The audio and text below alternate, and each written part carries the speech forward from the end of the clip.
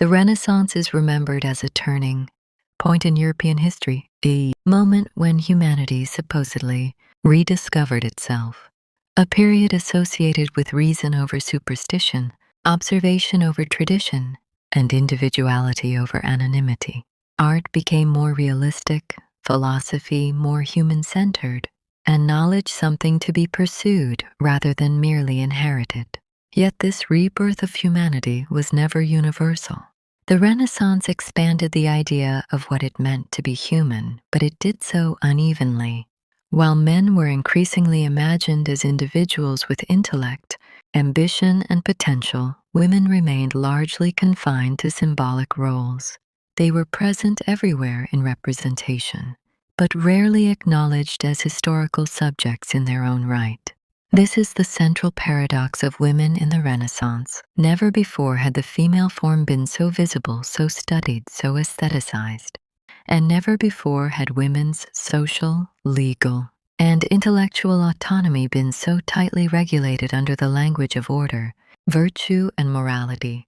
Women appeared endlessly in Renaissance culture as saints, muses, mothers, lovers, allegories, and warnings. But these images did not reflect women's lived realities.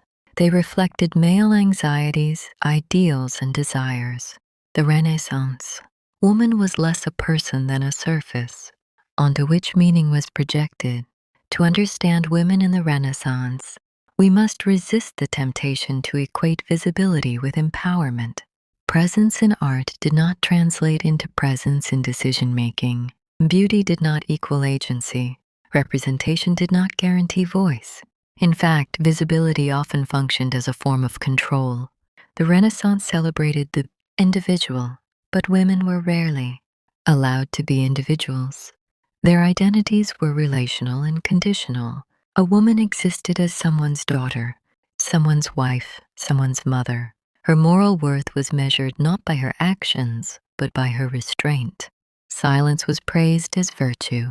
Obedience was framed as honor. Education, when permitted at all, was carefully limited.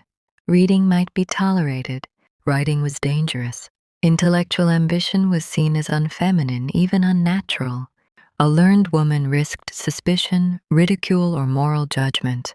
Knowledge for women was something to be hidden or justified, never openly claimed. Marriage stood at the center of female existence. It was less a personal union than a social and economic contract. Binding families, property, and reputation, a woman's body became a site of negotiation, her fertility a form of capital, her sexuality a matter of public concern. Love, consent, and desire were secondary to honor and lineage, and yet women were not merely victims of this system. They lived within it, maneuvered through it, and sometimes quietly resisted it. They forged influence through patronage, correspondence, religious devotion, and domestic authority. Some found ways to write, paint, or think within acceptable boundaries. Others crossed those boundaries and paid the price. Importantly, this story is not only about extraordinary women who managed to leave traces behind. It is also about the countless women whose lives were considered too ordinary, too domestic, or too compliant to record. Absence from history does not imply insignificance. It reveals the priorities of those who wrote it. This documentary does not ask why there were so few famous women in the Renaissance. It asks why fame itself was structured to exclude them. We will explore how women lived, how they were represented, how they were disciplined, and how they were feared. We will examine the systems, legal, religious, artistic, and social, that shaped female existence, and we will question the narratives that continue to frame the Renaissance as a universal awakening. The Renaissance did not simply overlook women. It redefined humanity in a way that positioned women at its margins. To understand women in the Renaissance is not to add a forgotten chapter to history. It is to rethink the story itself. To understand women in the Renaissance, we must move away from courts, masterpieces, and famous names, and enter the spaces where most women actually lived. The Renaissance was not experienced in galleries or libraries by the majority of women. It was experienced in kitchens, bedrooms, workshops, fields, and streets. Daily life defined the limits of female existence. A woman's social class shaped her experience more than any abstract idea of femininity. Noble women, merchant women, and peasant women lived vastly different lives, yet all were bound by the same underlying expectation that a woman's primary purpose was service to family, to lineage, to social stability. For noble women, life unfolded within enclosed domestic worlds. Their movements were restricted, their behavior closely observed. Marriage was arranged early, often in adolescence, and functioned as a political or economic alliance rather than a personal choice. A noble woman's education, if provided, focused on etiquette, religion, and accomplishments that increased her value as a wife. Intelligence was acceptable only when it appeared decorative, never confrontational. Merchant-class women lived closer to public life, yet with no less scrutiny. They often worked alongside husbands and fathers in family businesses, shops and workshops. Their labor was essential, but rarely acknowledged as independent economic contribution. A woman could manage accounts, negotiate sales, and oversee production, yet legally she remained secondary, her authority borrowed rather than owned. Peasant women carried the heaviest physical burden.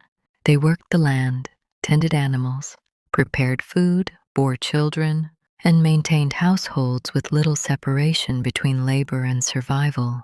Their lives were marked by exhaustion and repetition. Yet even here, social control persisted. A woman's sexuality, fertility, and reputation were monitored closely by community norms. Across all classes, marriage stood at the center of a woman's life trajectory. Marriage was not merely a social institution, it was a system of regulation. A woman passed from the authority of her father to that of her husband. Consent as a concept existed in theory more than in practice. The female body became a site of exchange, sealed through dowries, contracts, and expectations of obedience. Motherhood was both idealized and feared. Women were expected to bear children frequently, often at great risk to their own lives. Childbirth was dangerous, painful, and unpredictable. Many women did not survive it. Those who did lived with the constant awareness that pregnancy could mean death. Yet this danger was rarely framed as tragedy. It was considered a natural female duty. Domestic labor was endless and invisible.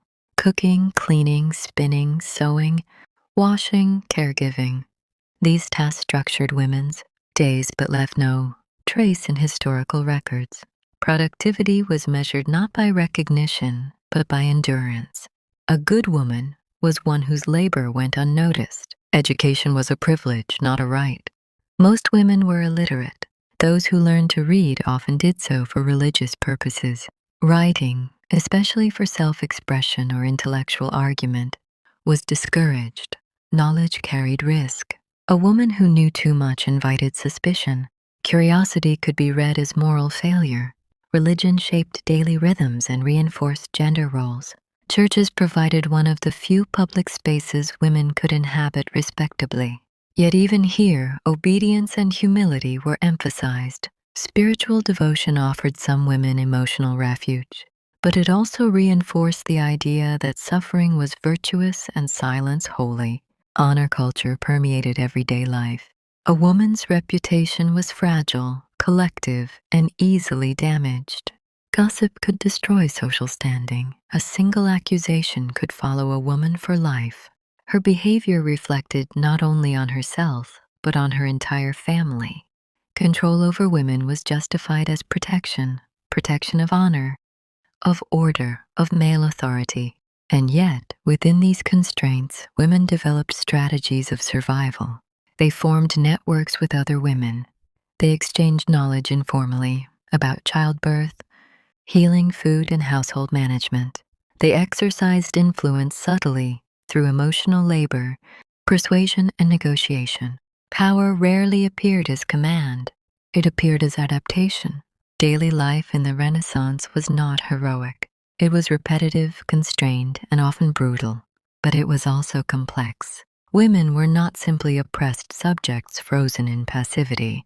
They were active participants in maintaining households, economies, and communities, even when denied recognition for doing so. To examine women's daily lives is to confront a fundamental truth. The Renaissance depended on women's labor while denying women its rewards. In Renaissance culture, women were never absent from art.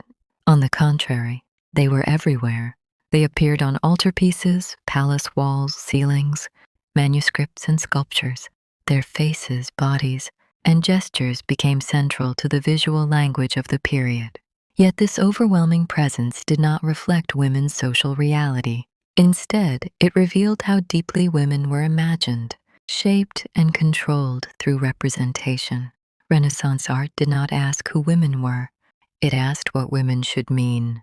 The female figure became a symbolic surface onto which morality, desire, fear, and order were projected. Women in art were rarely individuals. They were types, roles, lessons. Three dominant figures emerged repeatedly: the Madonna, the Muse, and the monster. The Madonna stood at the center of Renaissance visual culture. She embodied purity, obedience, and idealized motherhood. Calm, silent, composed, her virtue was defined by restraint. The Madonna's body was sacred, but not autonomous. Her power came from submission, not choice. She was elevated precisely because she did not act for herself. This ideal carried enormous weight. It established an impossible standard for real women, one that demanded moral perfection without granting agency. Motherhood was sanctified, but only when detached from desire. Suffering was aestheticized. Silence was sanctified. Opposite the Madonna stood the Muse, the beautiful woman whose value lay in inspiration rather than action. She existed to be seen, admired, and desired. Venus, nymphs, and allegorical beauties filled Renaissance art with exposed skin, soft flesh, and idealized proportions. Yet these women did nothing. They did not speak. They did not decide. They did not exist beyond the moment of being looked at. Their beauty was not their own.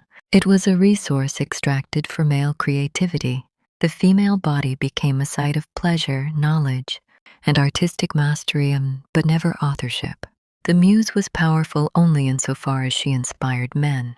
And then there were the dangerous women: Judith, Eve, Delilah, Lucretia, and countless allegorical figures represented female transgression. These women acted and were punished for it. Violence, temptation, betrayal, and chaos were frequently coded as feminine threats. When women stepped outside obedience, they became symbols of disorder. Even when they were heroic, they were framed through moral anxiety. Judith's strength was acceptable only because it served male salvation. Lucretia's virtue mattered only when confirmed through death. Female agency was tolerated only when it destroyed the woman herself. Through these images, Renaissance art taught viewers how to read women's bodies. The female form became a moral text: purity to be protected, beauty to be consumed, danger to be controlled. Importantly, these images were not neutral reflections of belief. They were tools of education. Art shaped expectations, reinforced norms, and naturalized inequality. What appeared eternal and divine was, in reality, cultural and constructed. Women learned to see themselves through these images. Men learned to expect women to conform to them. The Renaissance did not simply depict women, it disciplined them visually. And yet, cracks existed within this system. Some images revealed tension, averted gazes, ambiguous expressions, bodies that do not fully submit to the role assigned to them. These moments hint at discomfort, resistance, or excess meaning beyond control. But such moments were rare and fragile. Art elevated women while stripping them of voice. It immortalized their bodies while erasing their experiences. It celebrated femininity while denying female subjectivity. To understand women in Renaissance art is not to admire beauty alone. It is to recognize representation as power. The question is not why women were painted so often. The question is why they were allowed to exist only as symbols. The Renaissance is often remembered as a world shaped by extraordinary men. Artists, philosophers, rulers, and scholars appear as the visible architects of the period. Women appear far less frequently in historical narratives, not because they were absent, but because their presence challenged the boundaries of what was considered legitimate authority. When women entered history, it was rarely through permission. It occurred through careful negotiation, rare exception, or resistance. The women whose names survived did not openly overthrow the system. They learned how to move within it. Their lives reveal a renaissance that did not welcome female brilliance, but tolerated it only when it was controlled, justified, and limited. One of the clearest examples of negotiated female authority is Isabella d'Este. Isabella d'Este did not rule through a throne or military force. She ruled through culture. As Marchioness of Mantua, she became one of the most influential patrons of art and intellectual life in Renaissance Italy. She commissioned artworks, shaped artistic taste, and maintained extensive correspondence networks across Europe. However, her authority was always framed as refinement rather than power. Her intelligence had to appear elegant. Her ambition had to remain acceptable. Cultural influence was permitted where political dominance was not. Her success depended on discipline and restraint. Within the artistic world itself, Sophonisba Anguissola represents a different form of rupture. In a culture that denied women formal artistic education, Sophonisba entered history by adapting to acceptable subjects. She painted portraits, family scenes, and self-portraits, quietly asserting female authorship in a male-dominated field. Even her recognition was conditional. Praise for her work was consistently paired with praise for her modesty. Her moral character was emphasized alongside her skill. Talent alone was never sufficient. A more confrontational presence appears in the life and work of Artemisia Gentileschi. Artemisia's paintings challenged the traditional portrayal of women as passive figures. Her depictions of Judith transformed the female body into an active force. Strength, violence, and survival entered the visual language of art. This visibility came at a cost. Artemisia's life was shaped by public trauma, legal exposure, and relentless scrutiny. Her legitimacy as an artist became inseparable from her suffering. The system allowed her to speak, but only after extracting pain as validation. Before these artists, the intellectual foundation for female legitimacy was laid by Christine de Pizan, writing. At the threshold of the Renaissance, Christine challenged misogynistic traditions by constructing an alternative intellectual space for women. She argued not for exceptional women, but for women as legitimate participants in intellectual and moral life. Her work posed a fundamental question: what if women were not inherently flawed, but systematically misrepresented? What unites these women is not rebellion in the modern sense, but navigation. They understood the limits imposed upon them and learned how to function within those limits. Their survival depended on credibility, respectability, and constant self-regulation. They could not fail publicly. They could not speak freely. They could not be ordinary. The Renaissance allowed women to exist as anomalies rather than equals. Each exceptional woman reinforced the rule that women as a group remained excluded. Female brilliance was treated as an individual accident, not as evidence of collective potential. For every woman remembered, countless others disappeared from the historical record. Artists who never signed their work, thinkers who wrote privately, rulers whose influence was absorbed into male authority. This chapter is not about celebrating rare successes. It is about understanding the cost of visibility in a system designed to limit women's presence. These women did not prove that the Renaissance was fair. They revealed how unequal it was. and how much effort was required for women to be seen at all. In the Renaissance, sexuality was never a private matter for women. It was a public concern, a legal issue, and a moral obsession. A woman's body did not belong to her alone. It was understood as a site of family honor, social stability, and male authority. Female sexuality was monitored, regulated, and disciplined long before it was ever expressed. Desire was not discussed as experience, but as danger. Honor culture shaped nearly every aspect of a woman's life. Honor was fragile, collective, and asymmetrical. A man's honor could be restored through action. A woman's honor, once questioned, was almost impossible to recover. Reputation functioned as social currency, and women bore its greatest weight. A single rumor, accusation, or suspicion could define an entire life. Female virtue was constructed negatively through absence rather than presence. A virtuous woman was one who did not desire, did not provoke, did not speak openly, and did not act independently. Sexual innocence was assumed to be natural only if constantly supervised. Marriage was the primary mechanism through which female sexuality was controlled. It legitimized sexual activity while simultaneously restricting it. A woman was expected to be sexually pure before marriage and entirely available within it. Consent existed formally, but power was deeply unequal. Sexual duty replaced sexual choice. Violence against women was embedded within this system. Rape was not primarily understood as a crime against a woman's body or autonomy. It was treated as a violation of male ownership, family honor, or marital rights. Legal responses focused less on female suffering and more on restoring social order. In many cases, marriage between victim and aggressor was presented as resolution.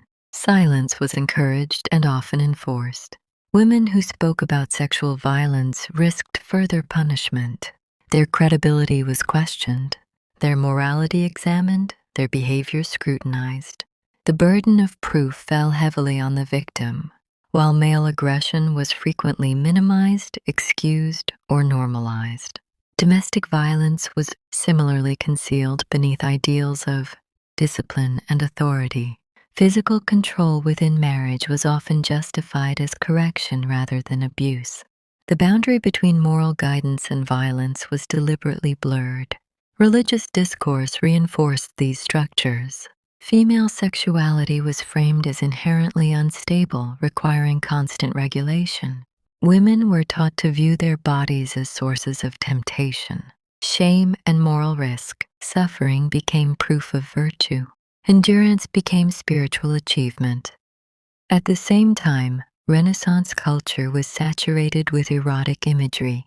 Art and literature celebrated the female body while denying women's sexual subjectivity. Desire was permitted visually, but forbidden experientially. Women were desired but not allowed to desire. Pleasure was extracted from the female form, while female pleasure remained unnamed, unrecorded, and morally suspect. This contradiction created a culture of tension and fear. Women learned to self-monitor, to limit movement, to manage speech, to anticipate suspicion. Sexuality became something to survive rather than inhabit. And yet, women were not unaware of these dynamics. They developed strategies of negotiation and protection. They relied on female networks, coded language, religious devotion, and silence as survival tools. These strategies were not freedom, but they were forms of endurance. The Renaissance did not invent sexual control over women, but it refined it, aestheticized it, and justified it through law, religion, and culture. To understand sexuality in the Renaissance is not to search for intimacy or romance. It is to understand how power entered the most private aspects of women's lives. Violence was not a deviation from the system. It was one of its mechanisms. The witch hunts of the late Renaissance and early modern period were not an irrational interruption of progress. They were a continuation of it.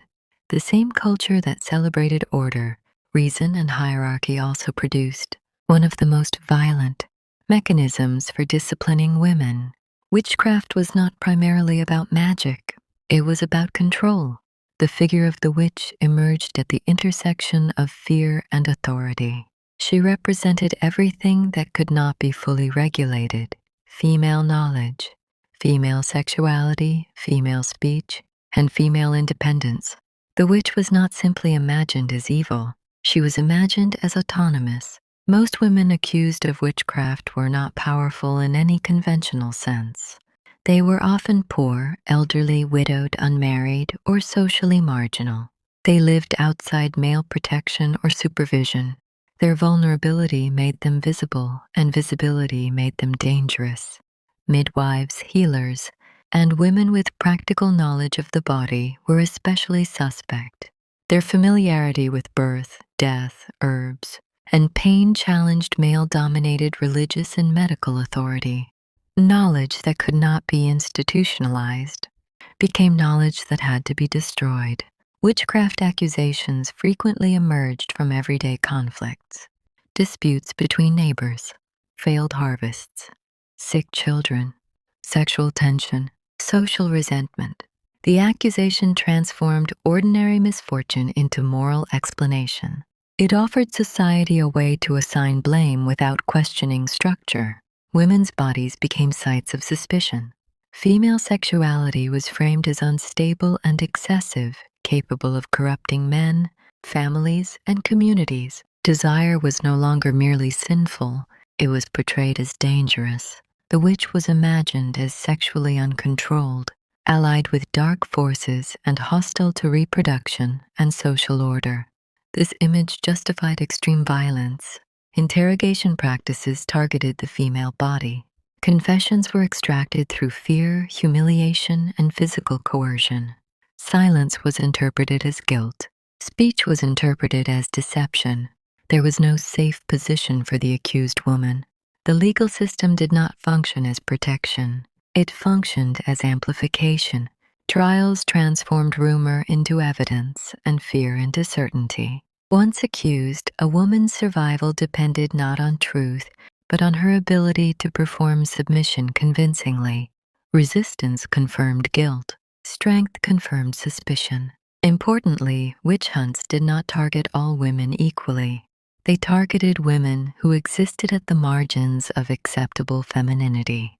Those who were too loud, too knowledgeable, too independent, too sexual, or too alone. Witchcraft became a language through which society expressed anxiety about female autonomy.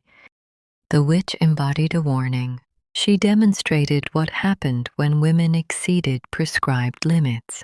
The spectacle of punishment reinforced obedience far beyond the accused. Fear traveled faster than fire. Religion, law, and popular belief worked together to construct this figure. What appeared as moral purification was, in practice, social discipline. The destruction of witches stabilized the boundaries of gender. And yet, the witch was also a projection. She carried collective fears that had little to do with individual women: economic instability, religious uncertainty, shifts in authority. The witch absorbed these anxieties and made them legible as personal guilt. The paradox of the witch hunt is this: women were accused of immense power at the exact moment they were denied all real power. To understand witchcraft in the Renaissance is not to study superstition. It is to study how fear is organized. Witch hunts reveal a society struggling to manage change by policing bodies. They show how autonomy becomes threat, how knowledge becomes crime, and how difference becomes danger. The witch was not born. She was produced. The Renaissance is often remembered as the beginning of the modern world, a moment when humanity stepped forward, questioned authority, and placed the human being at the center of meaning. It is celebrated as a turning point, a foundation for progress. But progress is never neutral. When we examine the Renaissance through the lives of women, a different legacy emerges. one not of absence, but of selective inclusion. Women were not excluded because they lacked ability, intelligence, or creativity. They were excluded because the definition of humanity itself was shaped around male experience. This exclusion did not end with the Renaissance. It was normalized. The structures formed during this period, legal systems, moral codes, artistic traditions, and historical narratives, continued to shape how women were seen, judged, and limited long after the Renaissance ended. The language of virtue, honor, reason, and order evolved, but its targets remained familiar. Women learned to navigate visibility carefully, to be present without threatening authority, to speak without sounding disruptive, to succeed without appearing ambitious.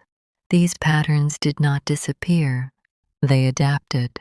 What the Renaissance perfected was not only art and philosophy, but a way of framing women as symbols rather than subjects. Beauty, purity, danger, sacrifice. These categories survived across centuries, repeated in new forms. The female body continued to carry meanings assigned by others. History, as it was written, reinforced this imbalance. Archives preserved male voices, institutions validated male authority.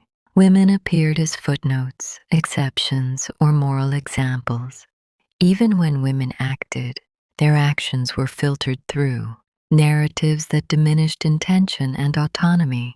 Recovering women's histories is therefore not an act of addition. It is an act of correction. To revisit the Renaissance through women's lives is to question the foundations of modernity itself. It forces us to ask whose experiences were considered universal and whose were treated as deviations. The Renaissance promised a rebirth of humanity. For women, it offered a reorganization of constraint. Yet within these limits, women endured. They built networks. They transmitted knowledge informally. They shaped households, economies, and cultures in ways that left few official records but lasting impact.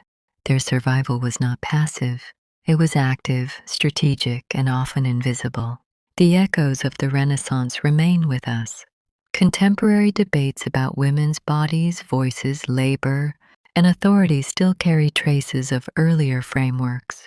The fear of female autonomy, the policing of desire, the demand for respectability, these are not relics, they are inheritances. Understanding this history does not diminish the Renaissance. It deepens it. It allows us to see progress as contested rather than inevitable. To recognize that cultural brilliance can coexist with profound exclusion, and to understand that silence in the historical record is rarely accidental. This documentary has not asked where women were in the Renaissance. It has asked how they were allowed to exist. The answer reveals not only the past, but the structures that continue to shape the present. To look again at the Renaissance is to look again at ourselves, and to ask what kinds of humanity we continue to center and which ones remain at the margins. The Renaissance did not end the story of women. It structured the terms on which that story would continue.